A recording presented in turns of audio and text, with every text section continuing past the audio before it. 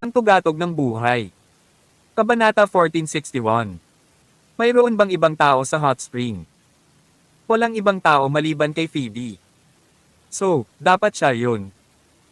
Pumunta si Cheryl para kumuha ng mga prutas. Nakarelax ang ekspresyon ni Alex na nakaupo sa tapat. Bahagyang nagalit si Alex nang ang binti na hawak niya ay tila hindi kanya. Gayunpaman sa kabilang banda, naisip niya na medyo kapana-panabik at nakakahumaling na gawin ang mga palihim na bagay. Marahil dahil sa paghihiganti, inabot din ni Alex ang kanyang binti at hindi nagtagal ay natapakan ng hita ni Phoebe. Marahas na nanginginig ang bahagyang nakapikit niyang mga mata, ngunit hindi pa rin siya kumikibo. Huling kumilos si Alex sa pamamagitan ng dahan-daang pag-angat ng kanyang binti pataas. Sa pagkakataong ito, nasa dilema si Alex. Dapat ba niyang ipagpatuloy ang paggawa nito? Sa pagtingin sa kasalukuyang ekspresyon ni Phoebe, tila pumayag siya sa walang kabuluhang kilos ni Alex at walang balak na sabihin ang anuman. Gayunpaman, hindi niya maaaring ipagpatuloy ang paggawa nito. Nang magpasya si Alex na umatras, biglang hinawakan ni Phoebe ang kanyang binti. Medyo nagpupumiglas si Alex pero hinawakan ito ng mahigpit ni Phoebe at binalaan siya ng lip sync. Huwag kang gumalaw. Kung hindi, sasabihin ko kay Cheryl na hinaras mo ako. Malinaw ang ebidensya, magiging invalid ang pagtanggi mo. Ano ang gusto mong gawin? Pawis na pawis si Alex nang makitang bumalik si Cheryl na may dalang pinggan ng prutas at muling lamusong sa tubig. Ngunit pagkatapos, napagtanto niyang minamasahe ni Phoebe ang talampakan niya sa ilalim ng tubig. Siya ay walang alinlangan na isang doktor. Sa kanyang sorpresa, kahit na ang foot massage technique ay medyo profesional at komportable. Dati, si Alex ang nagpapamasahe sa ibang tao. Sa pagkakataong ito, si Phoebe ang nagkusa na magpamasahe sa kanya. Anong isang indulhensya? Medyo nag-aalangan siyang igalaw ang paa niya. Naisip niya, since foot massage lang, dapat okay na, di ba? Phoebe, anong gusto mong kainin? Tulungan mo ang sarili mo, okay? Sabi ni Cheryl habang nakangiti. Si Phoebe ay abala sa ilalim ng tubig ngayon. Paano siya magkakaroon ng dagdag na kamay para kunin ang mga prutas? Naisip ni Alex na bibitawan na lang niya ang paa niya ng ganoon. Sa hindi inaasahang pagkakataon, napangiti siya at sinabing, medyo tamad ako sa hot spring ngayon. Ayoko talagang gumalaw. Bakit hindi mo ako pinapakain? Ha? Tinatamad ka bang kunin ang mga prutas gamit ang iyong mga kamay? Oo. Kung hindi, kalimutan mo na hindi ako kakain. Sige na, kumain na kayong dalawa. Hindi mo na ako kailangang alalahanin. Napangiti si Cheryl, ngunit pumulot pa rin siya ng isang piraso ng prutas at itinapat ito sa bibig ni Phoebe. Napatulala si Alex. Hindi niya inaasahan na gagawin iyon ni Phoebe. Gayunpaman, ang pakiramdam na ito ay kahit papaano nakakahumaling. Ano ang dapat niyang gawin? Lalo na noong pinapamasahe siya ni Phoebe sa ilalim ng tubig, hindi alam kung hindi niya sinasadya o sinasadya na palagi nitong hawakan ang kanya. Si Richard Asterisk. Kung ikukumpara sa aliw ni Alex, may isang taong labis na balisa at galit. Agad na isinugod ni Gil sa ospital pagkalabas niya sa hot spring. Gayunpaman, ang bagay na ito ay talagang nakakahiya. Bilang apo ng marangal na Lord Commander, paano pa niya magagawang magpakatanga sa mga babae kung malalaman ng mga tao na siya ay naging impotent ng biglaan? Hindi kaaya-aya ang pag-uusapan sa likod niya. Kaya naman nang nasa kalagitnaan na ang sasakyan, sumigaw siya na ihinto ang sasakyan. Young Master Zenos, anong problema? Hindi na ba tayo pupunta sa ospital? Tanong ng bodyguard niya. Ang isa pa niyang nasasakupan, si Winol Grundy, ay nagmamalasakit din na nagtanong, Young Master Zenos, nararamdaman mo na ba ito? I find this so weird. Paanong ang isang tao ay mawawala na lamang ng katinoan ng walang dahilan?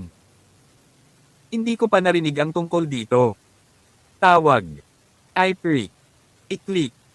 I subscribe kwentong nobela. Kabanata 1462. Ungol ni Gil. Sobrang kabado lang ako dati, baka may mali sa atmosphere. Isipin mo sarili mo, napakaraming tao noong mga oras na iyon at lumapit pa ang matanda sa Divine Constabulary. Normal lang na mawalan ako ng senses. At saka kung talagang pumunta ang elder ng Divine Constabulary sa Department 6 para magsampa ng reklamo, tatanungin din ito ng lolo ko. Oo, tama ka. Dapat ganoon, sunod-sunod na tumango si Winel sa kanyang ulo. Kung gayon, saan tayo pupunta ngayon, Young Master Zenos? Tanong ng bodyguard. Pumalik ka sa hotel. Winel, kuhan mo ako ng ilang slotty na babae at ilang table tas din. Nais niyang subukan ito kagad kung gagana ito sa normal na mga pangyayari. Makalipas ang 20 minuto, maayos na ang lahat. Nauna si Gil sa banyo. Paglabas niya ay hindi maganda ang hitsura niya. Ang pakiramdam na iyon ay lubhang kakilakilabot.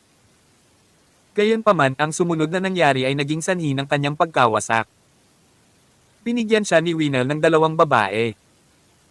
Gayunpaman, walang reaksyon si Gil kahit na ano ang ginawa nila sa kanya. Nag-aalala rin si Gil. Pawis na pawis siya sa gulat at ininom pa ang 3 tableta na inihanda ni Winel para sa kanya. Bilang resulta, hindi pa rin ito gumana. Lumipas ang kalahating oras ng ganoon, pagod na pagod ang 2 babae. Sa bandang huli, nagreklamo sila ng may matinding sama ng loob. Sus, ano ba? Bakit kailangan mong humanap ng mga babae kung unit ka lang? Tama. Isa ka lang walang kwentang basura sa huli. Hindi man lang alam ng 2 babaeng iyon ang tungkol sa pagkakakilanlan ni Gil. Ang serye ng mga reklamong ito ay lubos na nakasakit kay Gil. Bigla na lang siyang bumangon at kinuha ang bote ng alak sa bedside table, binasag ito sa ulo ng isang babae ng malakas. Pagkatapos sinaksak niya ang basag na bote sa hita ng ibang babae. Sabay tumulo ang dugo at wala sa kontrol ang eksena. Gayunpaman, si Gil ay hindi isang martial artist, samantalang ang 2 service women ay hindi rin magaan sa paningin. Dahil ang mga kababaihan sa industriyang ito ay handang ibenta ang kanilang dignidad at personalidad, ano pa ang hindi nila gagawin? Ang babaeng nataman sa ulo ay kumuha ng isang basong baso at marahas na binasag ito sa ulo ni Gil. Sherry, halika at tulungan mo ako. Anong walang kwentang *****? How dare you use violence on us? Talunin siya hanggang sa mamatay siya. Bang! Bang! Bang! Pinalo ng 2 galit na babae si Gil ng mga suntok at sipa. Isa sa kanila ang kumuha pa ng video sa kanya. Inaagaw niya ang lahat ng gamit ni Gil habang bina-blackmail siya. Kung sakaling manggugulo ka sa amin, ang iyong video ay i-upload sa internet, Thriller, YouTube at iba pa. Pagdating ng panahon, malalaman ng lahat na isa kang walang kwentang tao. Umalis na yung 2 babae. Samantala, hindi inaasahan ng bodyguard ni Winel at Gil na mabubugbog at kukunan din ng pelikula si Gil. Sinadya nilang maghintay sa ibaba para hindi makarinig ng anumang kaguluhan. Nang bumalik sila kaagad upang suriin si Gil matapos matanggap ang kanyang tawag, nagulat sila. Young Master Zenos, anong nangyari? Sino ang gumawa nito? Maaaring ang mga taong iyon kanina ay mula sa Divine Constabulary. Sampal. Binigyan ni Gil si Winel ng isang sampal sa mukha. **** man ito. Anong klaseng babae ang dinala mo sa akin? Muntik na akong mapatay. Pumunta ka at hanapin ang 2 **** na iyon. Gusto kong malaman nila kung ano ang kahihinatnan ng pagkakasala sa akin. Nagulat si Winel at ang bodyguard. Sa kanilang pagtataka, nabugbog si Gil. Ito ay magiging isang katatawanan kung alam ito ng mga tao. Young Master Zenos, paano kayo nagsimulang mag-away? Ikaw. Paano ito nangyari? Nagawa mo pa ba? Ang mga salitang iyon ay ganap na pinigilan ng galit ni Gil, nag-iwan lamang ng gulat. Paano pa siya makakahanap ng mga babae sa hinaharap kung hindi niya talaga kaya? Higit sa lahat, hindi pa siya kasal. Kung hindi siya makakabuti sa natitirang bahagi ng kanyang buhay, mas gugustuhin niyang mamatay. Sa pag-iisip niya, hindi na siya nag-abalang maghanap pa ng bulo. Agad niyang hiniling sa bodyguard na ipadala siya sa ospital kasama ang pinakamahusay na andrologo sa Michigan. Kabanata 1463. Makalipas ang isang oras natanggap ni Gil ang kanyang medikal na ulat sa ospital. Matapos silipin ang ulat, agad na kumunot ang noo ng andrologist at sinabing habang umiiling, Mr. Zenos, medyo malala na ang kalagayan mo. Ayon sa detalyadong pagsusuri sa ultrasound, napatunayan na ang iyong miyembro ay nagsisimula ng mab-IGO. Kung ang kondisyon ay patuloy na umuunlad, ang lugar ay maaaring maging atrophy at kalaunan ay necrotic. Kaya ang payo ko ay gawin ang penectomy ng maaga bago magkaroon ng anumang tissue necrosis. Napatulala si Gil nang marinig iyon. Malakas niyang sinabi, F***, what kind of she***, specialist are you? Ikaw ba ay isang eunuch specialist? Buti pa ako kahapon. Paanong biglang hindi nagagana ngayon? Hindi mo ako mapapagaling at hinihiling mong putulin ko ito. Walang magawa ang doktor, ito ang mungkahi ko bilang isang andrologo. Siyempre, hindi mo rin ako kailangang paniwalaan. Kung gusto mong gawin ang operasyon o hindi, nasa iyo iyon. Galit na galit si Gil. Inalis niya ang lahat sa mesa ng doktor. Ikaw matandang umutot, tinatakot mo ba ako? Sinulyapan ng doktor ang mabangis na bodyguard sa gilid at wala na siyang lakas ng loob na magsalita pa. Sabi ni Winel, linawin mo. Anong uri ng sakit mayroon si Young Master Zenos?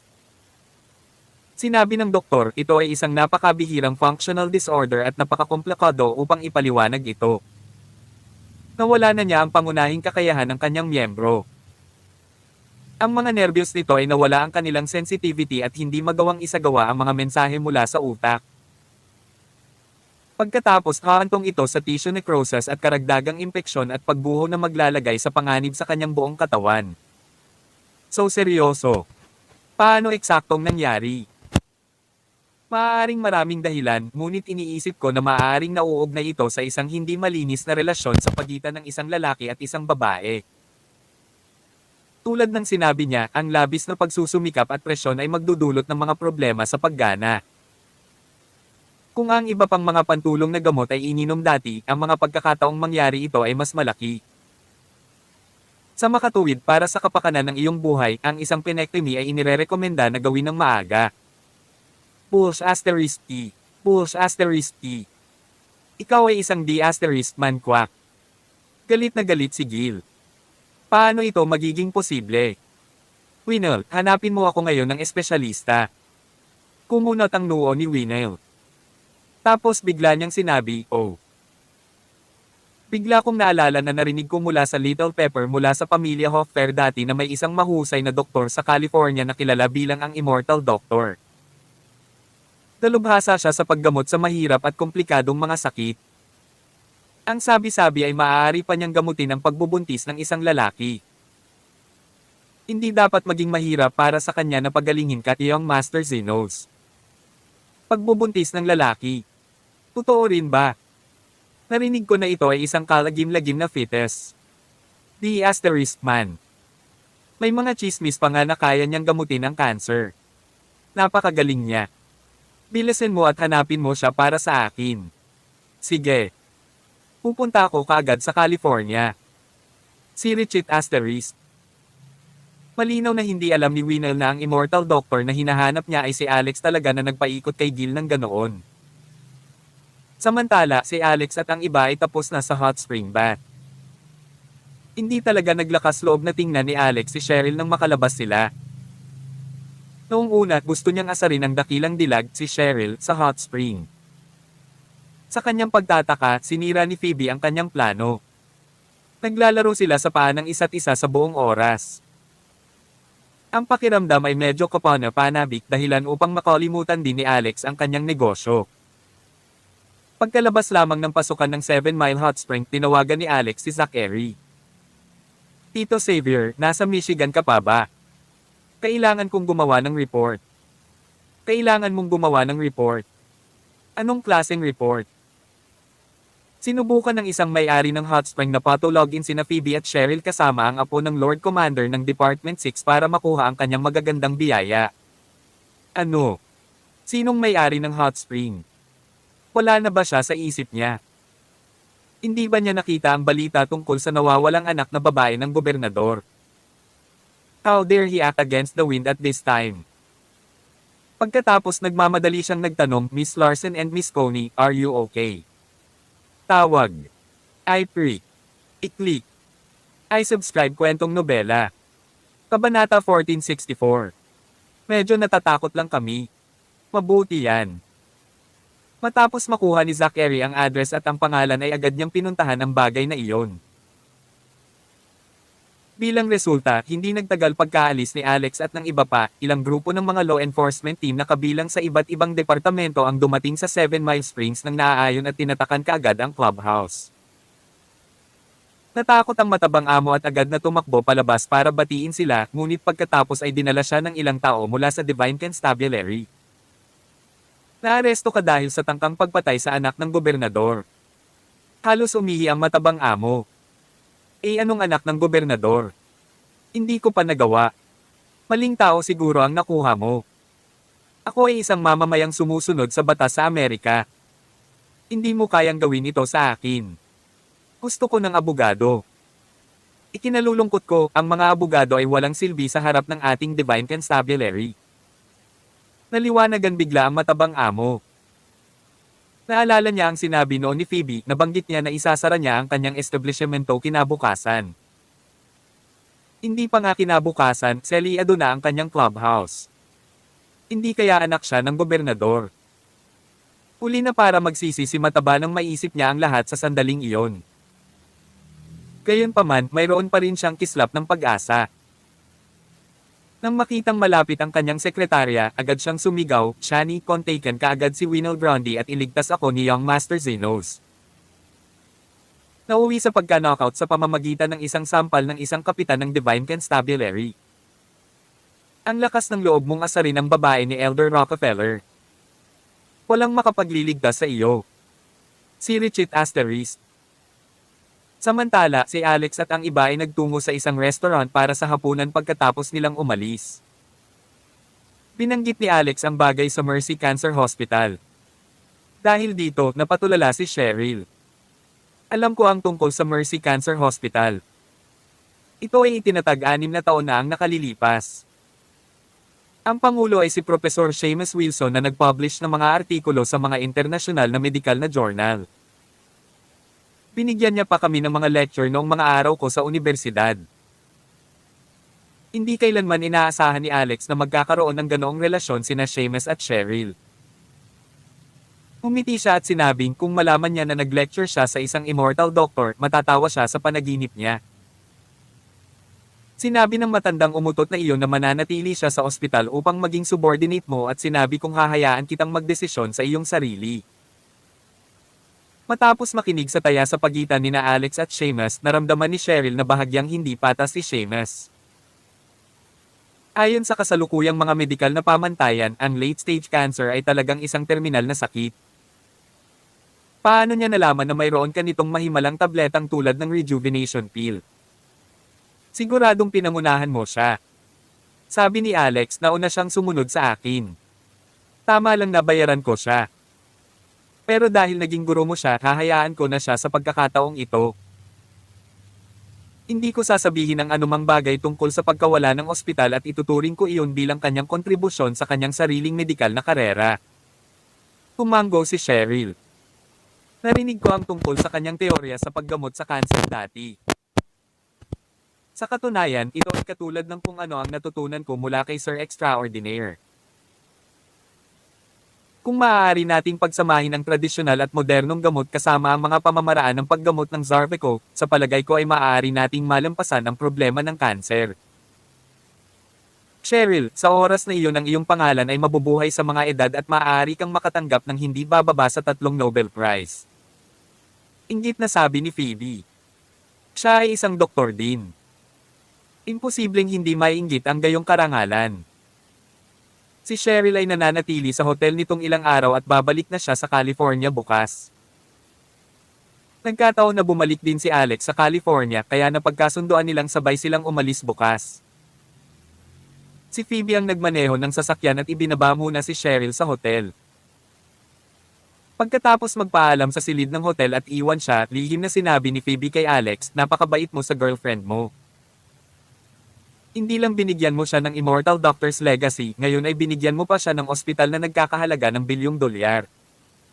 Sai, kawawa ako. Bilang childhood sweetheart at fiancé ng isang tao na may marriage contract mula pa noong bata ako, parang hindi ako nakikita sa mga mata ng isang tao. Sinulyapan siya ni Alex at sinabing, ang pamana ng Immortal Doctor ay orihinal na pagmamayari ng lolo ni Cheryl. At saka, wala ka ring panahon para maging kahit sinong Immortal Doctor. Sabi ni Phoebe, ang mayroon ako ay oras. Maaari ko lang alisan ng balat ang sarili kong mga kuko sa paa tuwing ako ay malaya. Umiling si Alex at seryosong sinabi, wala kang oras sa hinaharap dahil nakatadhana kang maging isang Diyosa.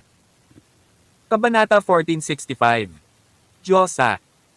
Halos matawa si Phoebe nang marinig iyon. Rockefeller brat, ang pagbababad sa hot spring ay napakatamis ng iyong bibig. Nangangahulugan ito na ang pagsusumikap sa pagmamasahe sa talampakan ng iyong mga paa ngayon ay hindi walang kabuluhan. Sinusubukan mo bang sabihin na ako ay isang Diyosa sa iyong isip? Hindi. Umiling si Alex. Ang ibig kong sabihin, kakailanganin mo ang tulong ko para maging isang tunay na Diyosa. Ano ang itsura ng isang tunay na Diyosa? Maaari ba akong lumipad sa langit? Oo. Sagot ni Alex. I think you're. Are you drunk? Pero hindi ka man lang uminom ngayon. Sa sandaling ito, naglakad ang dalawang tao sa elevator. Natural na hinawakan ni Phoebe ang braso ni Alex habang nakasandal sa kanya. Unti-unting tumaas ang temperatura sa pagitan nilang dalawa. Pagdating nila sa 5th floor, may pumasok. Bahagyang nagpumiglas si Alex ngunit hindi nagtagal ay napagtanto niyang mahigpit na nakahawak si Phoebe sa kanya.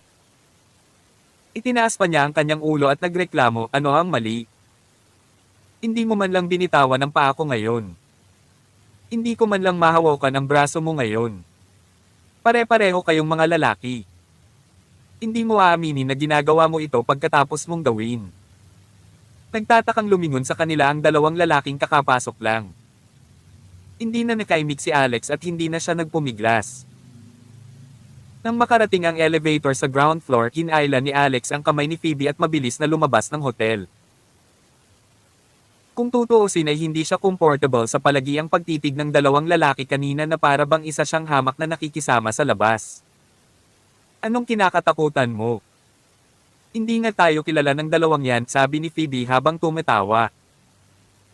Sabi ni Alex, natatakot lang ako na baka masira ang reputasyon mo. Hindi ako taga Michigan ngunit isa kang sikat na figure sa Michigan. Kung hindi sinasadyang makilala ka ng sino man bilang anak ng gobernador ngayon, maaaring maapektuhan nito ang iyong ama mamaya. Nagkibit-balikat si Phoebe. Pagbalik nila sa sasakyan, hindi agad pinaandar ni Alex si Phoebe. Instead, he said with a serious expression, totoo lahat ng sinabi ko. Naaalala mo pa ba ang phalanx na nakuha kay Vile Zimmer? Tumango si Phoebe. Siguradong maaalala niya ang kakaibang pangyayari.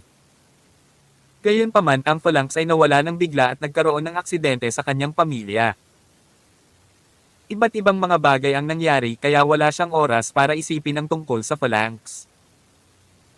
Kung hindi lang ito dinala ni Alex, hindi niya ito maaalala. Ang phalanx na iyon ay kasama mo, sabi ni Alex. Ano? Napatayo lang si Phoebe mula sa kanyang kinauupuan at nataman ang bubong ng sasakyan sa dulo. Gayunpaman, malinaw na ikinagulat niya ang mga salita ni Alex. May dahilan din para ilabas ni Alex ang bagay na ito. Si Phoebe ay isang doktor. Kung patuloy siyang nagtatrabaho sa ospital, wala siyang panahon para sa paglilinang.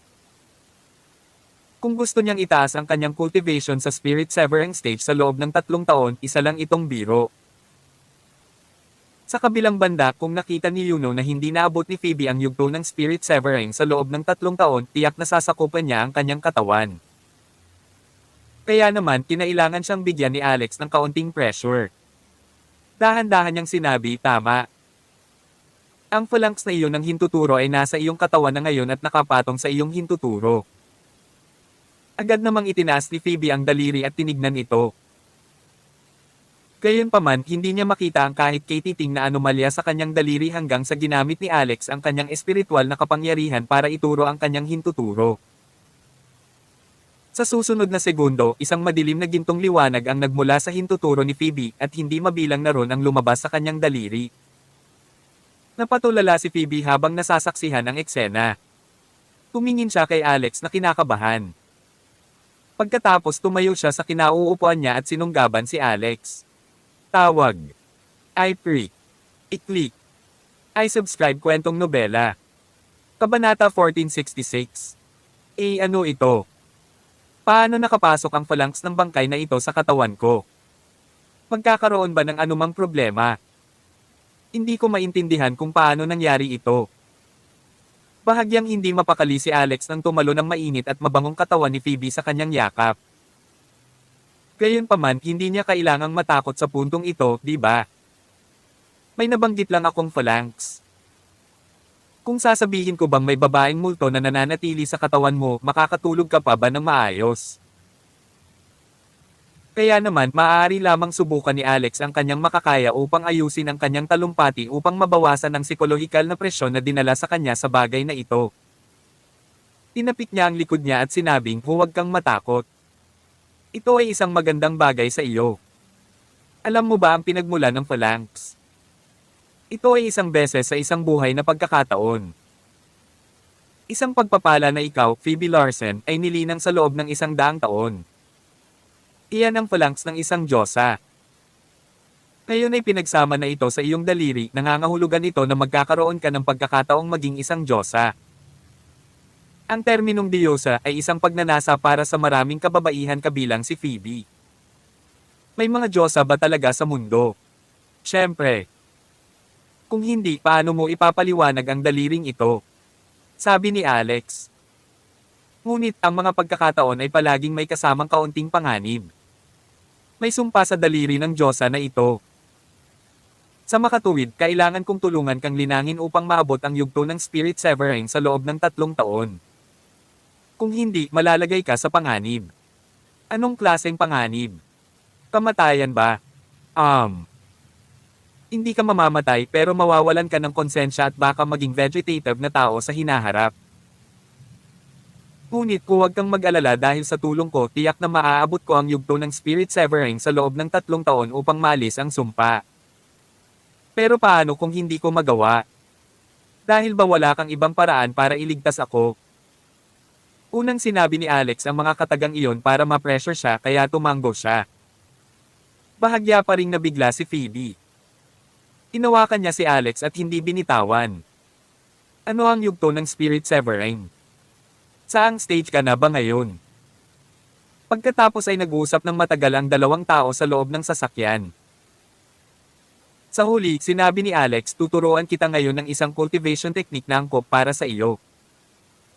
Kilala ito bilang Heaven's Phoenix Dance Imprint. Ito ay napakasimple. Sa iyong katalinuhan, dapat mong matutunan ito ng mabilis. Tahan na. Sa susunod na sandali, biglang hinawakan ni Phoebe ang mukha ni Alex at hinalikan siya ng mahina. Kung tutuusin, mahigit 100 beses na siyang hinalikan ni Alex pero kung sino ang lumabas na kaya hindi alam ni Phoebe ang tungkol dito. Gayunpaman, nanguna si Phoebe sa sandaling ito. Ang halik na iyon ay tumagal ng 2 buong minuto.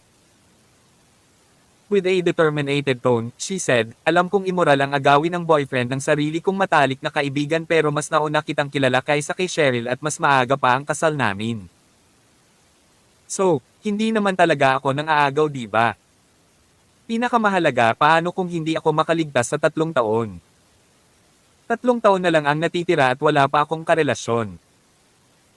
Hindi ko pa rin alam kung ano ang pakiramdam ng pagkakaroon ng matalik na relasyon sa pagitan ng isang lalaki at isang babae. Hindi ako natutuwa tungkol dito. Sabi ni Alex, huwag kang mag-alala. Ipinapangako ko na gagawin mo ito. Sabi ni Phoebe, ayaw ko sa pangako mo. Hindi ito matitiyak. I just want you to promise me that you'll be my boyfriend for 3 years. Ako. May asawa ako. Wala akong pakialam kung may asawa ka o wala. May 3 taon na lang ako. Kami ang may marriage contract. Third wheel ang asawa mo, gayon din ang lahat ng ibang babae. Isang lasing na pagbibiro ni na William Rockefeller at Grace Larson ang naging kasabihan ni Phoebe at ang dahilan na nagkumbinsi sa kanya na nakawin ang kasintahan ng sarili niyang matalik na kaibigan. Napakamot ng ulo si Alex. Kung ano man yan. Ngayon, maaari na ba nating simulan ang pag-aaral ng Heaven's Phoenix Dance Imprint? Pilit na umiling si Phoebe. Hindi. Wala ka bang gagawin sa maganda mong girlfriend? Walang imak si Alex. Miss, nasa kotse tayo sa labas ng entrance ng isang busy na hotel. Ano ang magagawa ko? Vroom. Pinaandar ni Phoebe ang makina ng kotse at nagmaneho papunta sa isang lumang lugar. Inailan niya si Alex sa isang apartment at isinara ang pinto. Ano naman ngayon? Kabanata 1467.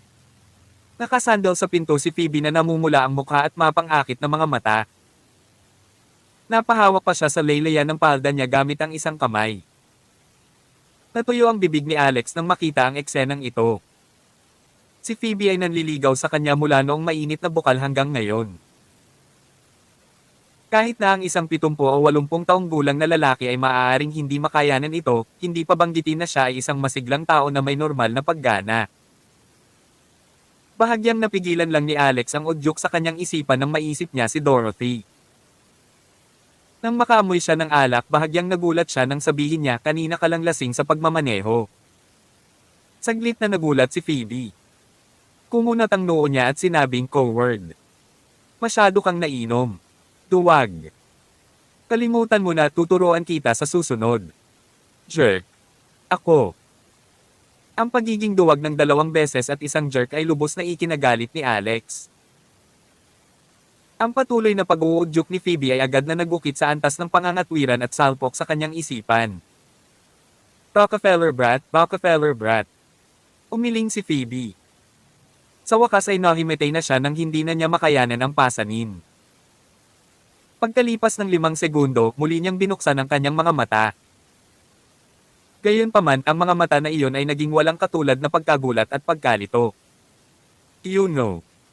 Nagising si Yuno at kinuha ang katawan ni Phoebe. Kasabay nito, natanggap din niya ang lahat ng mga pandama at damdamin. Siya ay lubos na natulala dahil hindi niya akalain na mangyayari ang pagtatagpo na ito.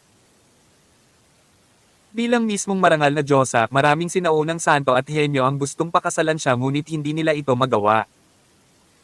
Sa buong buhay niya, hindi pa siya nagkaroon ng close contact sa mga lalaki.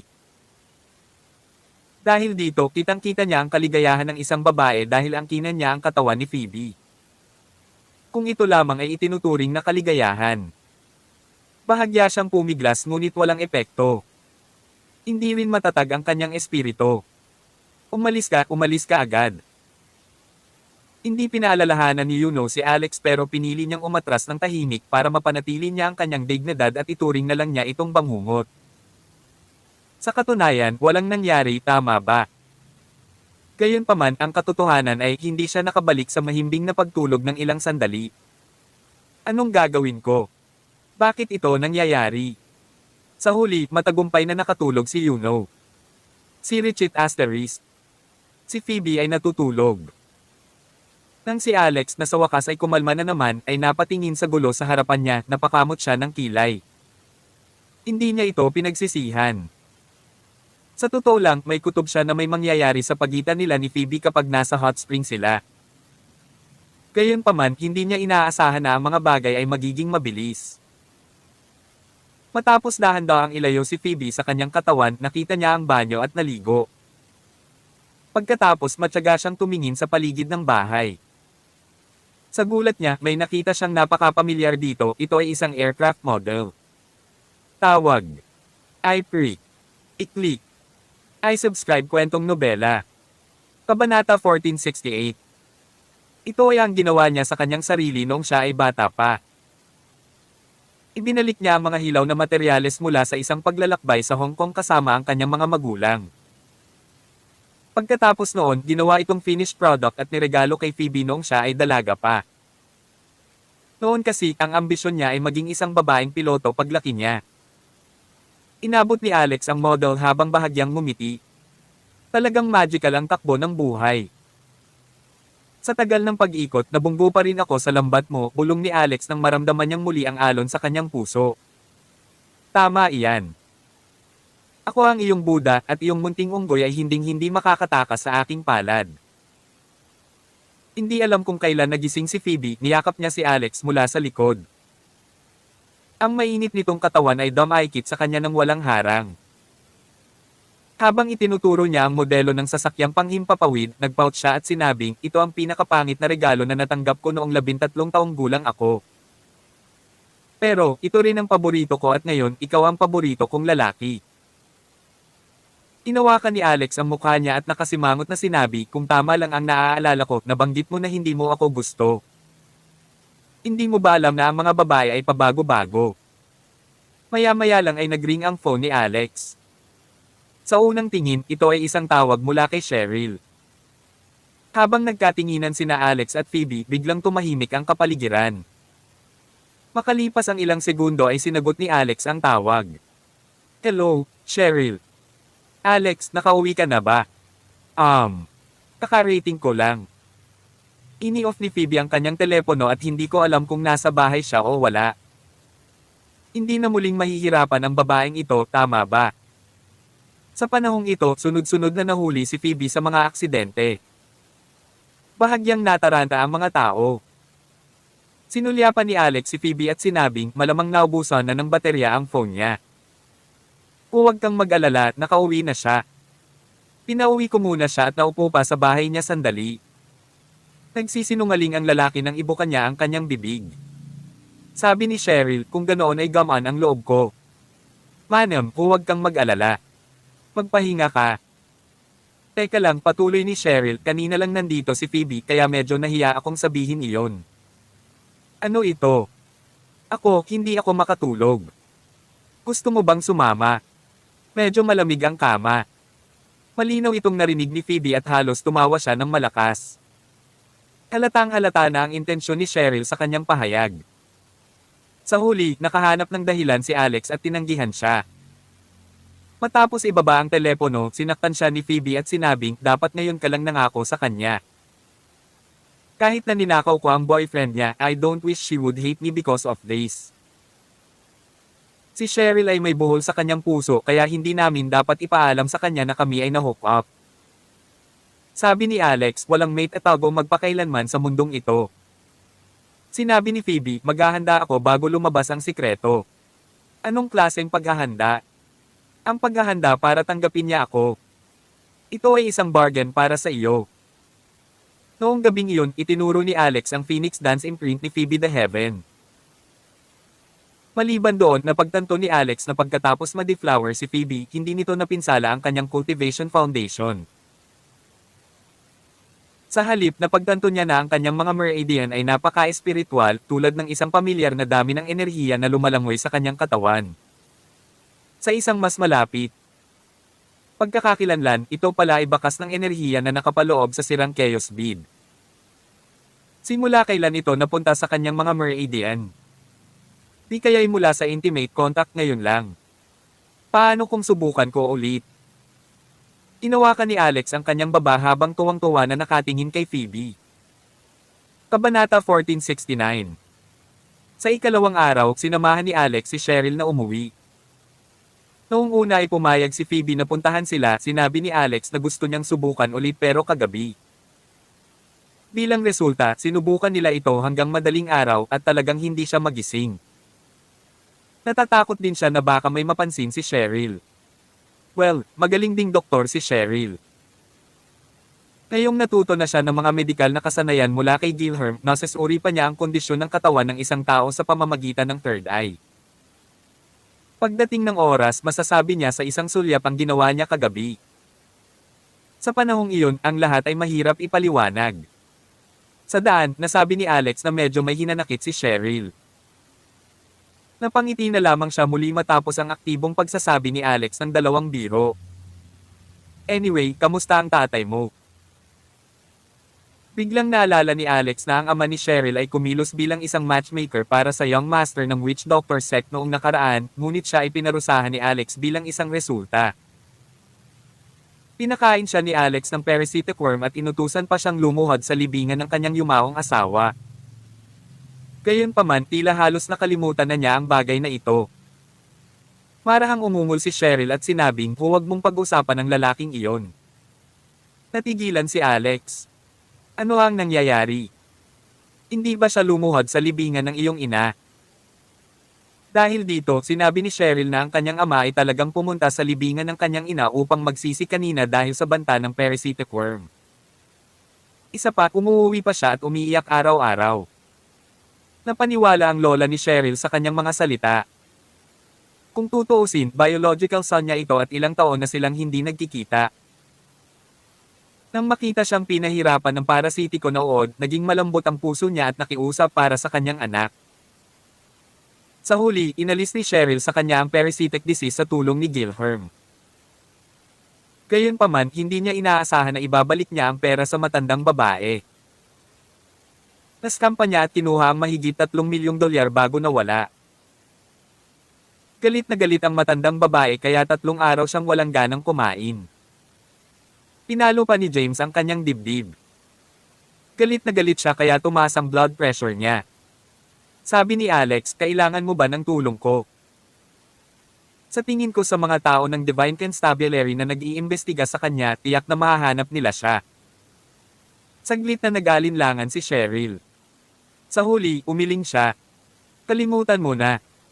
Ito rin ang intensyon ni James Coney at ng kanyang asawa. Tumanggo si Alex at wala nang ibang sinabi. Gaya nga ng isang kasabihan, mahirap para sa isang matuwid na opisyal na lutesin ang isang hidwaan sa pamilya. Ang pinakamalaking dahilan ng galit ng Old Lady Coney ay hindi dahil na-scam siya ng kanyang anak sa halagang $3 milyong, ngunit nabigo siya na ang kanyang anak ay tumanggi na magbago para sa mas mahusay at bumalik sa bahay. Pagkatapos nag-aalala rin siya na ang kanyang anak ay magdurusa doon. Kaya ang $3 milyong na na-scam ay itinuturing na isang pabor sa kanya. Si Richard Asterisk. Nang makarating sila sa California, pinauwi muna ni Alex si Cheryl. Bago bumaba ng sasakyan ay niyakap ni Cheryl si Alex at binigyan ito ng mainit na halik. Ilang araw na niyang pinipigilan ang halik na iyon. Sa sandaling iyon, isang round of passionate kiss ang nangyari at halos mawala ng kontrol sa sasakyan. Hanggang sa may mahinang kumatok sa bintana ng sasakyan ng ilang beses, saka lang naghiwalay ang dalawang tao sa gulat. Nang iangat nila ang kanilang mga ulo upang tingnan, napagtanto nilang si James Coney iyon. Alex, kailan mo ba ako iimbitahan ng lola ni Cheryl sa kasal mo? Nakangiting sabi ni James nang ibinaba ang bintana ng sasakyan. Lolo. May kaunting laway pa sa labi ni Cheryl. Sa oras na ito, matagal na siyang napahiya habang nakapout sa namumula niyang pisngi. Bumaba siya ng kotse at hinikayat si Alex na umalis. Bilisin mo at umalis ka na. Bilisin muna. Awkward na umalis si Alex sa lugar. Nakaramdam din siya ng bahagyang pagkalito. Parami ng parami ang mga utang na loob niya. Ang pangunahing punto ay ang bawat babae ay isang taong hindi niya maaaring paghiwalayin, ngunit siya ay isang tao lamang pagkatapos ng lahat.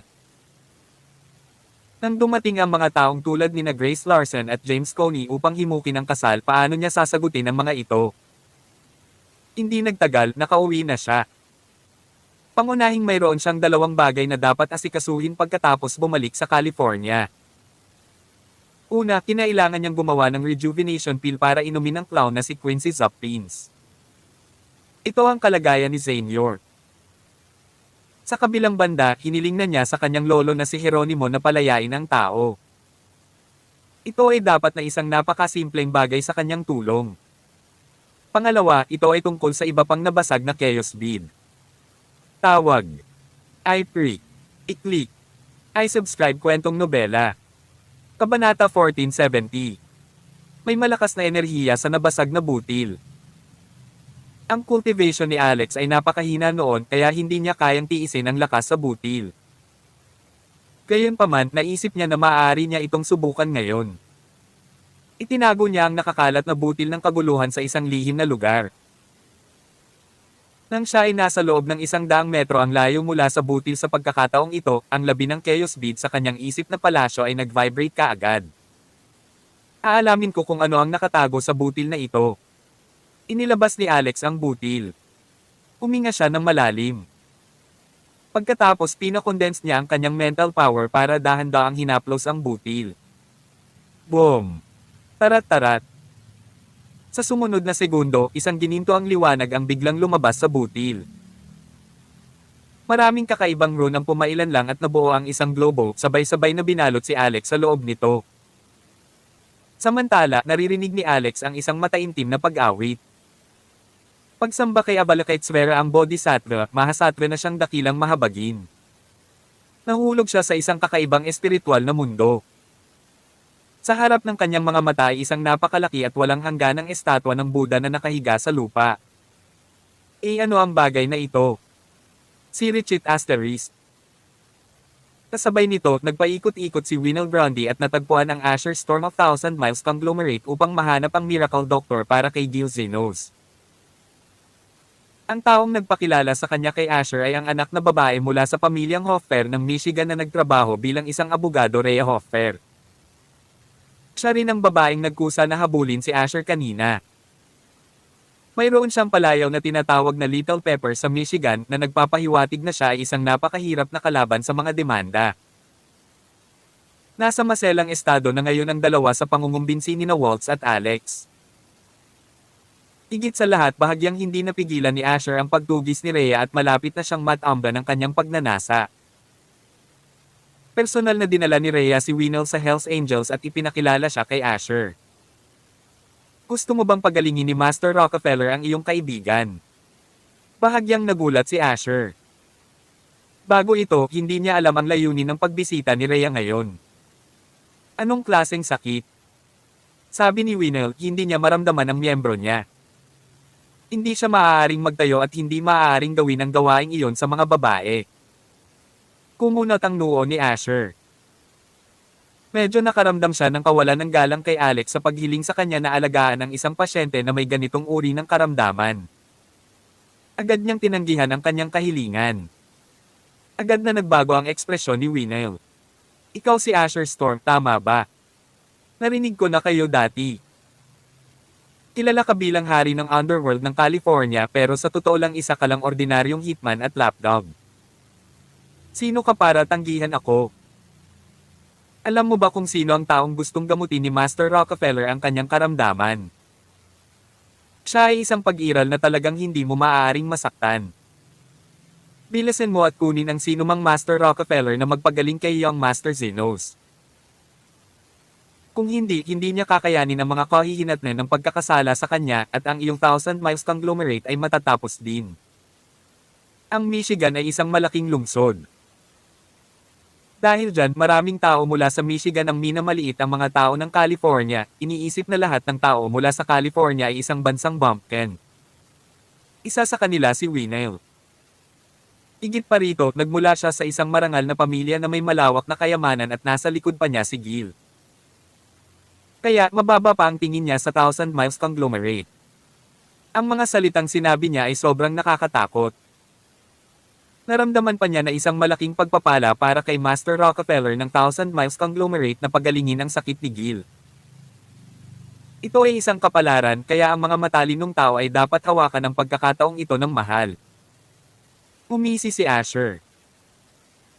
Sa sumunod na segundo, agad niyang sinampal si Winel sa mukha kaya napaikot siya ng 180 degrees sa mismong lugar. Gusto mo masira ang Thousand Miles Conglomerate ko? Sino ka? Ikaw. How dare you hit me? Alam mo ba kung sino ako? Alam mo ba kung sino ang nasa likod ko? Galit na galit si Winel. Hindi ako nagbibigay ng isang D** man tungkol sa kung sino ka. Karapat-dapat kang sampilan dahil sa pagpunta sa Thousand Miles Conglomerate at hindi pagpaparangal kay Master Rockefeller, malamig na sabi ni Asher. Pagkatapos ipinatawag niya ang kanyang mga nasasakupan. May lumapit at baliin ang mga paa ng basurang ito at itapon siya. Hindi nagtagal, ang mga subordinate ni Asher ay sumingit at pinabagsak si Winel. Sa dalawang tunog ng crack, nabali ang mga binti ni Winel. Napatulala si Rhea. Hindi niya inaasahan na magiging ganito ang mga bagay kaya dali-dali niyang hinayla si Asher. Asher, huwag kang magpakatanga. Hindi mo kayang masaktan ng taong nasa likod niya. Baka talagang matapos ang Thousand Miles Conglomerate kung sasaktan mo ang taong iyon. Napatingin si Asher sa kanya. Talaga. Umalis ka na lang mag-isa kung natatakot ka. Kabanata 1471. Namutla ang mukha ni Rhea Hoffer. Hindi makapaniwalang tumingin siya kay Asher habang nanginginig ang boses na sinabi niya, ikaw. Anong ibig mong sabihin? Tinataboy mo ba ako? Sinabi ni Asher, maaari mong isipin iyon sa paraan. Bakit? Maaari mo bang sabihin sa akin kung ano ang nagawa kong mali? Ako ay nagmamalasakit sa iyo. Nag-aalala ako na baka masaktan mo ang isang tao na hindi mo dapat. Ano ba ang nagawa kong mali? Sa tingin mo natatakot ako. Nag-aalala lang ako sa iyo. Hindi mo ba naiintindihan? Tumingin ng diretso si Asher sa kanyang mga mata. Naiintindihan ko pero ito rin ang dahilan kung bakit hindi tayo para sa isa't isa. Tutal, magkaiba tayo ng landas. Tayong mga tao mula sa Thousand Miles Conglomerate ay maaaring mamatay sa ating mga paa kaysa mabuhay sa ating mga tuhod. At saka, karapat-dapat siyang mamatay dahil sa lakas ng loob na insultuhan si Master Rockefeller.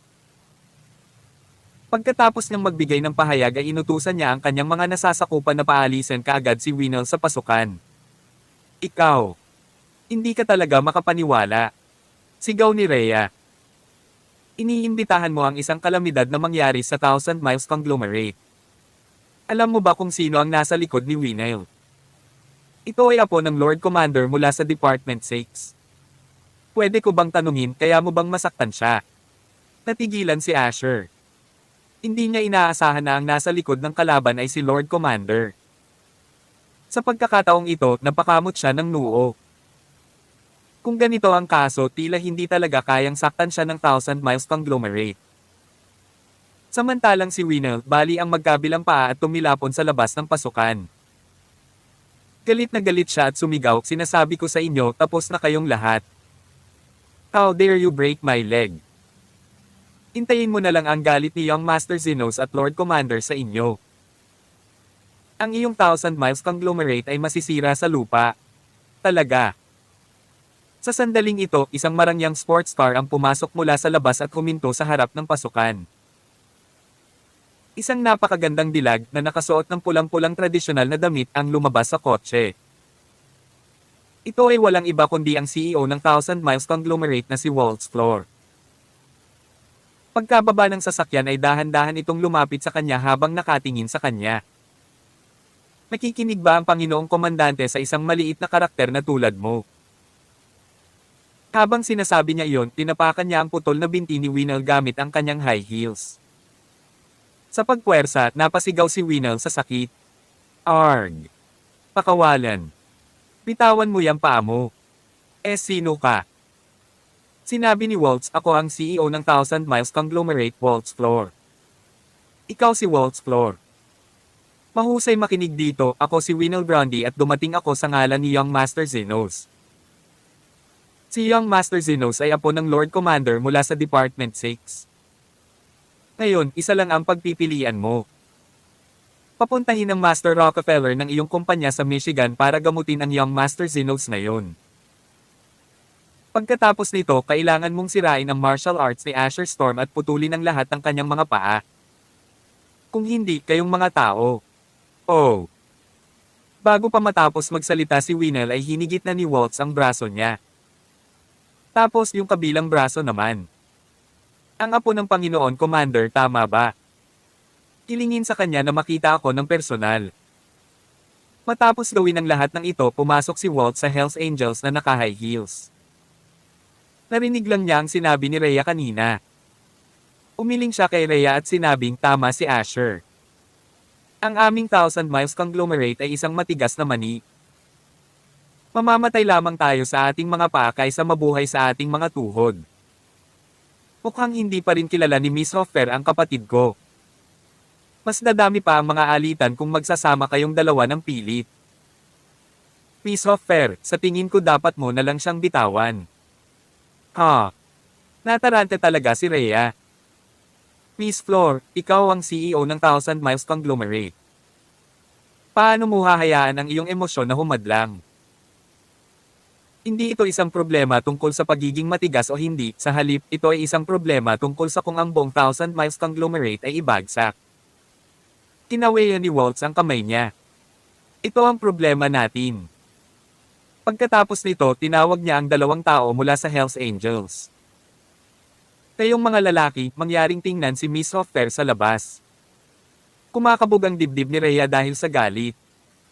Ito ang paggamot na nakuha niya para sa kanyang mabuting hangarin. Paano naging matigas ang ulo ng 2 taong ito? Hindi ba nila masasabi ang pagkakaiba ng mabuti at masamang salita? Kayong mga tao ay pagsisisihan ito. Walang pakialam si Waltz. Sa halip, sinabi niya kay Asher, "Bro Asher, hindi kita dapat kinumbinsi noon. Ang mga normal na babae ay talagang hindi bagay sa isang lalaking katulad mo. Huwag kang mag-alala, hahanapan kita ng kasiya siyang asawa." Ham. Katumbas ni Rhea ang nagdala kay Winel at ang taong nasa likod niya na si Gil dito para i-provoke niya. Isa rin ito sa mga dahilan kung bakit naiinis si Asher. Hindi man lang niya ito napag-usapan at dinala kaagad ang tao. Ngayon, baka magdulot pa ito ng gulo kay Alex. Tawag. I-pre. I-click. I-subscribe kwentong nobela. Kabanata 1472. Ang gulo ng babae. Si Richit Asterisk. Di nagtagal, nalaman ni Gil Zenos ang tungkol sa balita mula sa kanyang panig. Alam niyang hindi lang si Winel ang nabigo sa pag-imbita kay Master Rockefeller, kundi lahat ng kanyang mga paa ay nasira din ng mga tao mula sa Thousand Miles Conglomerate. Agad siyang nagalit. "Winel, huwag kang mag-alala. Ako, si Gil Zenos, ay maghahanap ng hustisya para sa iyo. Talagang ipapaalam ko sa Thousand Miles Conglomerate ang mga kahihinatnan ng pagkakasala sa akin." Pagkatapos ibaba ang tawag na ito, muling tumawag si Gil. "Tito Johansen, nandito si Gil. Pwede mo ba akong bigyan ng favor?" Si Richit Asterisk. Makalipas ang 1 oras, nagkaroon ng kaguluhan sa California.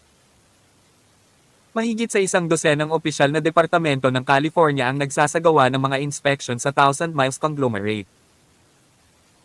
Sa huli, nasil nila ang mahigit 100 malalaking tindahan na pagmamayari ng Thousand Miles of Conglomerate sa isang pagkakataon. Kahit na ang pinakamalaking mall sa California ay seliado na. Naipit ang mga seal sa main entrance habang ang mga customer ay walang pakundangan na itinaboy palabas ng mall. Maging ang ilang mga tao sa mall na nagbayad ng pera ay pinalayas bago nila makuha ang kanilang mga paninda. Sa isang iglap, nagkaroon ng malaking kawalang kasiyahan at mga hinaing ng publiko. "Miss Flor, may emergency po tayo.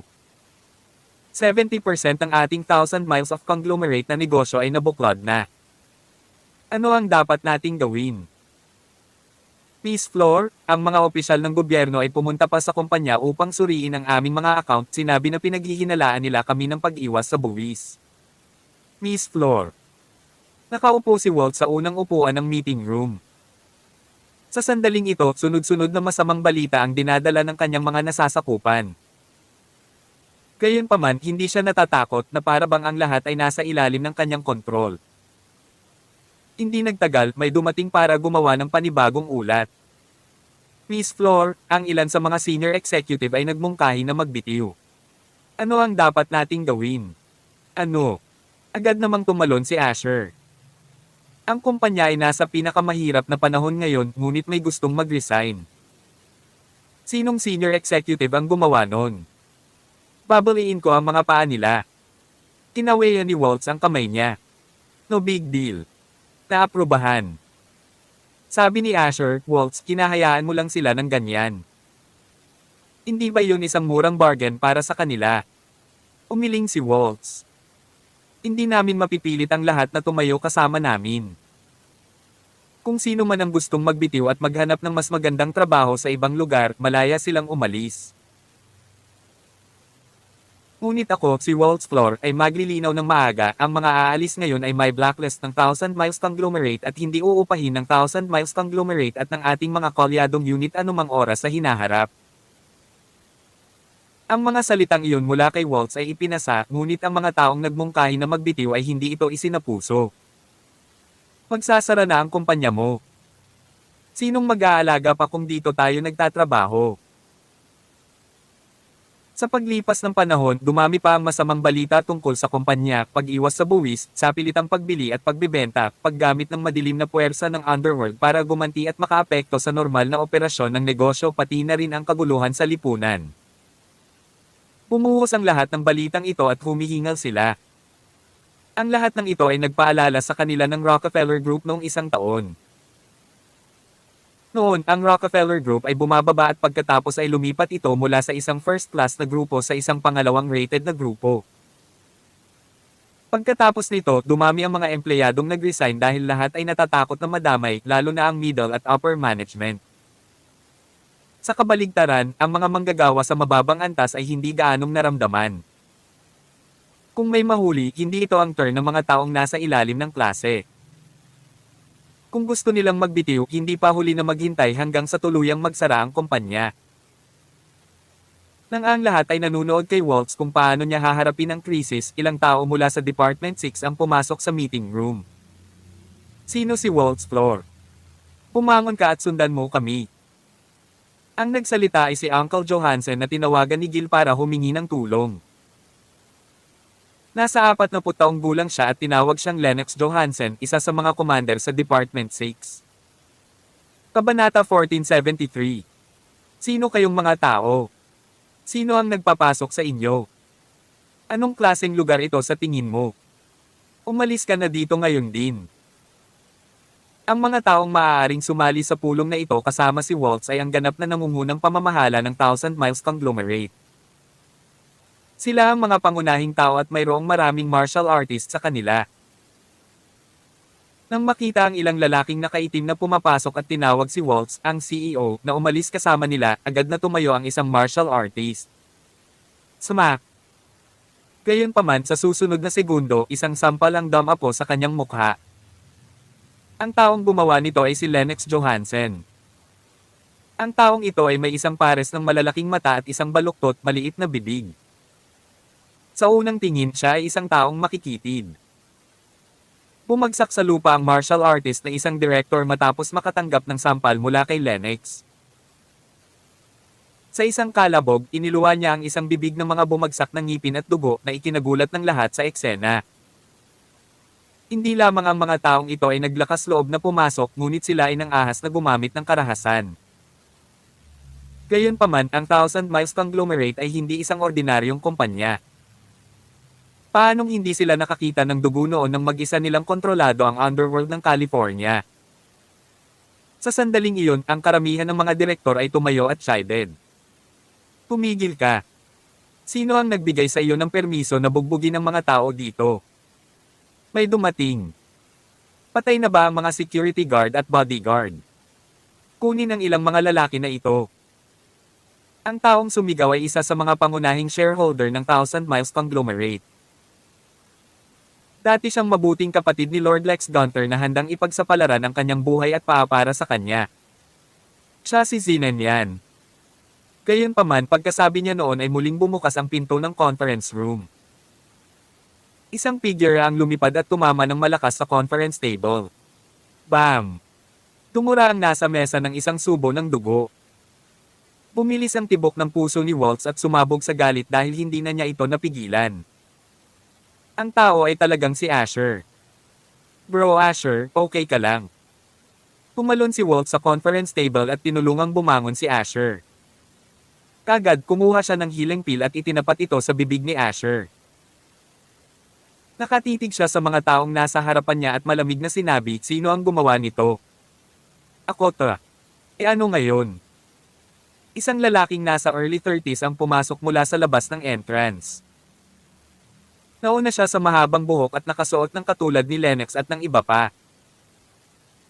May sigarilyo pa siya sa bibig habang pangungot siya na nakatingin kay Waltz na nasa conference table. Sa sandaling ito, suot pa rin ni Waltz ang kanyang pulang tradisyonal na damit. Napaka-seductive ng paraan ng pag-squat niya doon.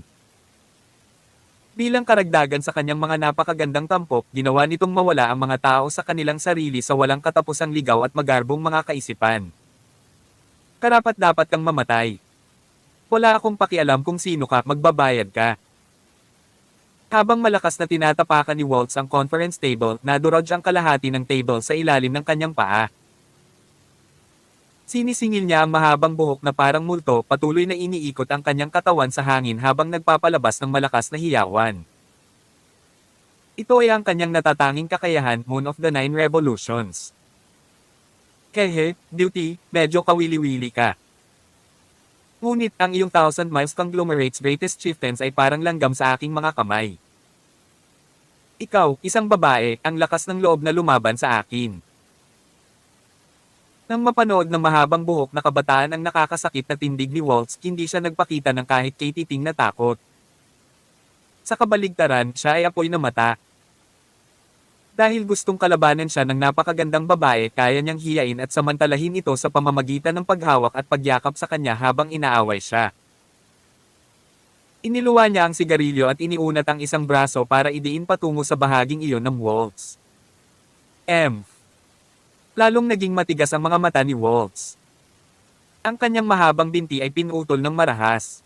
Bam! Basag! May malinaw na tunog ng bali ng buto. Ang ekspresyon ng mahabang buhok na binata ay biglang nagbago na nagpapakita ng pagkabigla at sakit. Ang kamay niya na gusto lang hawakan si Waltz ay naputol na agad ng mahabang binti nito. Isang buto ang lumabas sa kasukasuan ng braso na may dugong dumadaloy pababa. Ano?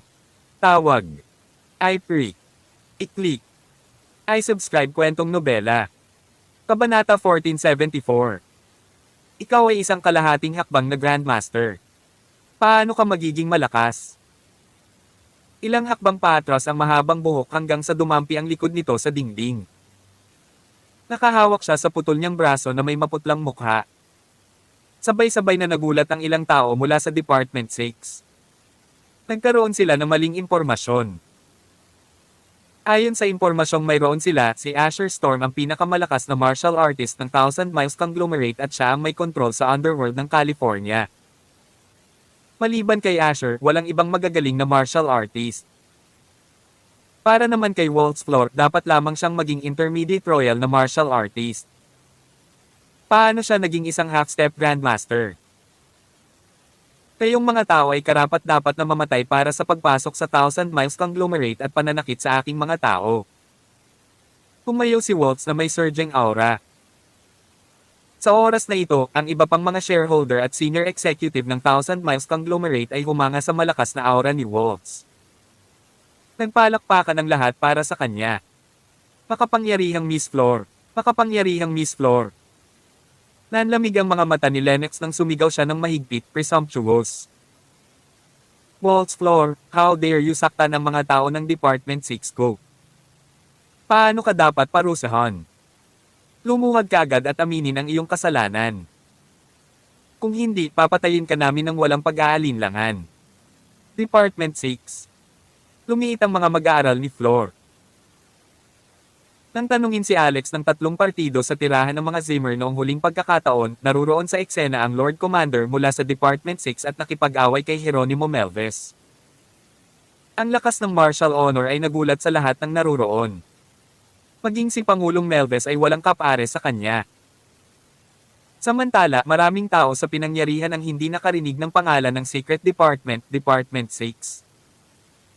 Ilang tao pa nga ang gumawa ng mapang uyam na pahayag. Anong Department 6? Ang gulo. Sa tingin ba nila ay kinukunan nila ang ilang medieval series? Kasama pa rin natin ang Knights Templar at ako ang magiging Jax de Molay pagkatapos. Hahaha. Tama, ito ay kitawa-tawa. Ano ang ginagawa ninyong mga tao? Nakalaya ba kayo sa mental institution? Gusto mo pang lumuhod ang ating Miss Floor sa harap mo, may qualification ka ba para gawin ito? Bakit hindi ka umihi para tingnan ang sarili mo? Ang pangungutya na maraming tao ay nagpang-inig sa mukha ni Lennox ng ilang beses. Napakalakas ng Department 6 at ang ilang lokal na opisyal ay nanginginig ng 3 beses kapag nakita nila sila, ngunit kinukutya sila ng ilang karaniwang tao. Karapat-dapat lang silang mamatay. Tumingin si Lennox kay Waltz at sinabing, ibig sabihin ba nito ay lalabanan mo ang batas ng may karahasan? Malamig na sinabi ni Waltz, kilala ko si Grant Zenos mula sa Department 6 pero gusto ko talagang pumunta at tanungin ang Lord Commander kung subordinate ka talaga niya. Kayo ang naglalaro sa amin, hindi ba? Isang salita lang ng payo, huwag mambola sa maling tao. Nagbago ang ekspresyon ni Lennox. Bahagya siyang naghinala. Kilala ba talaga ni Waltz Flor ang Lord Commander? Gayunpaman, hindi nagtagal ay inalis niya ang iniisip. Si Gil Zenos ay apo ng Lord Commander. Kahit nakilala ni Waltz ang Lord Commander, mas malapit kaya siya sa kanya kaysa kay Gil. Kalokohan. Sa tingin mo kilala mo ba talaga ang ating Panginoong Commander dahil lang alam mo ang kanyang pangalan? Sa tingin mo ba madali akong matakot?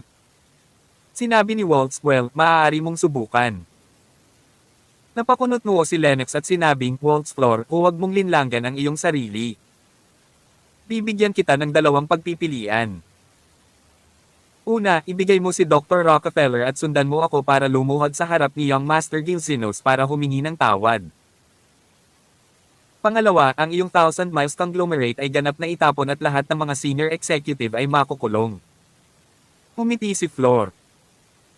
Itinuro niya ang kamera sa sulok ng meeting room at sinabing, hindi ka ba natatakot na ma-record ang iyong mga aksyon? Tumawa si Lennox. E ano ngayon? Ang 6 na departamento ko ay walang pakialam sa mga ito kapag humaharap kami sa mga kaso. Ang peking footage ay nasa lahat ng dako at ang sa iyo ay isa lamang sa kanila. Wala na tayong ibang sasabihin kung ganoon. Ikaw ang pinuno. Maaari tayong mag-usap muli pagkatapos kitang ibaba.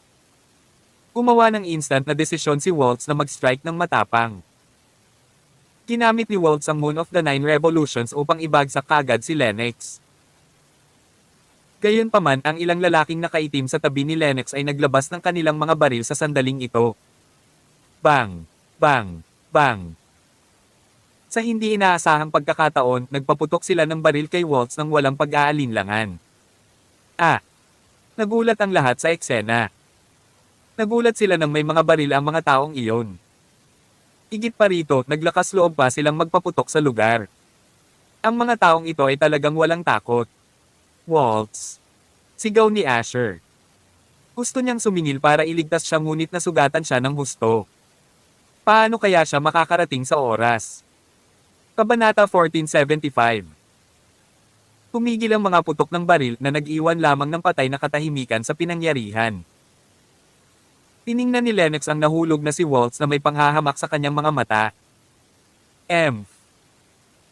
Maliban sa punong tagapangasiwa, walang sino man sa Amerika ang nang-ahas na harapin ang Department 6.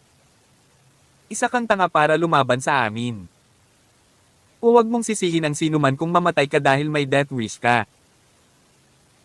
Samantala, tinitigan ng mga tao mula sa 1,000 miles of conglomerate si Waltz at ang mga bahid ng dugo sa lupa. Nagulat sila at natakot. Kahit si Miss Flor ay binugbog hanggang mamatay on the spot. Hindi ba gusto ng mga tao na basta-basta silang hinarap? Habang sumusugod si Asher sa gilid ni Waltz, sumigaw siya ng namumulang mga mata at Waltz. Waltz. Hindi. Ito ay ang kanyang kapatid na babae, isang taong mas malapit pa sa isang biological na kapatid na babae. Siya rin ang babaeng minsan niyang minahal. Gayunpaman siya ay binaril patay sa harap ng kanyang mga mata ngayon. Kinasusuklaman niya ito. Ipaglalaban kita sa buhay ko. Si Asher ay umungal na parang hayop. Handa na siyang sumugod kay Lennox at mamatay kasama niya. Naniniwala siyang magagawa niya iyon. Gayunpaman, isang pulang anino ang sumilay sa kanilang mga mata. Nang maisip ng lahat na patay na si Waltz, bigla siyang kumilos. Sumakay siya sa tabi ni Lennox sa isang segundo at sinakal ang leeg nito. Ang dalawang daliri nito ay direktang tumusok sa balat sa kanyang leeg na may kalahating pulgada sa kanyang laman. Dalawang bakas ng mga sugat sa dugo ang nabuo habang umaagos ang dugo sa kanyang mga daliri. Hindi siya patay. Nagulat ang mga taga-Departamento 6 kaya agad nilang pinaputukan si Waltz. Gayunpaman, nagtago si Walt sa likod ni Lennox at muling naglapat ng puwersa sa kanyang mga daliri na umabot pa sa kalahating pulgada. Ramdam ni Lennox ang matinding sakit sa kanyang leeg. Ito ang kanyang unang pagkakataon sa buhay na maging napakalapit sa Grim Reaper. Sa sobrang sakit ng kanyang pakiramdam ay napasigaw siya ng napakalakas na parang baboy na kinakatay. Pagharap sa ilang baril na nakatutok sa kanyang direksyon, agad niyang pinaalalahanan ang kanyang mga nasasakupan ng Department 6 sa malakas na boses. Ibaba mo ang mga baril mo. Ibaba agad ang iyong mga baril. Mag-ingat sa mga misfire. Pagkatapos magtinginan, ibinaba ng ilang tao mula sa Department 6 ang kanilang mga baril. Natawa si Waltz. Hindi ko inaasahan na matatakot ka sa kamatayan. Wala pa akong sinabi at hiniling mo na sa kanila na ibaba ang kanilang mga baril. Tuwang-tuwa si Asher. Waltz, hindi ka patay. Natakot ako nang walang kaalam-alam. Ungol ni Waltz. Hindi ako kayang patayin ng mga basurang ito. Gayunpaman siya lang ang nakakaalam na napakadelikado pa rin ngayon. Hindi niya inaasahan na magiging ganito kalalabag sa batas si Lennox at ang kanyang mga kampon. Hindi lamang sila inakusahan sa pamamagitan ng pag-frame sa kanila, ngunit binaril pa nila siya sa ilalim ng mga pangyayari ng walang anumang ebidensya. Kasalanan niya ang kapabayaan na may malaking kapangyarihan ang naturang departamento tulad ng Department 6. Nabali lang niya ang braso ng mahabang buhok ng binata kanina kaya nagkaroon ng dahilan ang Department 6 para patayin siya ng walang anumang responsibilidad. Kung hindi niya naisuot ang Galactic Protection Amulet na personal na ginawa ni Alex sa lahat ng oras, hindi niya maiiwasan ang ilang mga bala sa simula. Gayunpaman, tinulungan siya ng Galactic Protection Amulet na harangan ang hindi bababa sa 4 na shot. Pagkatapos mabilis niyang iniwasan ang natitira at iniwasan ang mga vitals. Gayunpaman, 2 putok ang tumama sa kanya sa dulo, ang isa ay tumama sa gilid ng kanyang tiyan habang ang isa ay tumama sa kanyang kaliwang braso. Ginawa niya ang kanyang kamatayan kanina para maghintay ng magandang pagkakataon. Hanggang sa tuluyang ibinaba ni Lennox ang kanyang bantay, nahuli siya nito sa isang suntok. Waltz, dapat alam mo ng husto na ang pakikipaglaban sa Department 6 ay hindi makakabuti sa iyo. Kung maglakas loob kang patayin ako ngayon, sinisiguro kung pagsisisihan mo ito. Napakasakit ng leeg ni Lennox at nanginginig ang kanyang buong katawan, ngunit hindi niya nakalimutang bantayin si Waltz. Papatayin pa rin ninyo ako.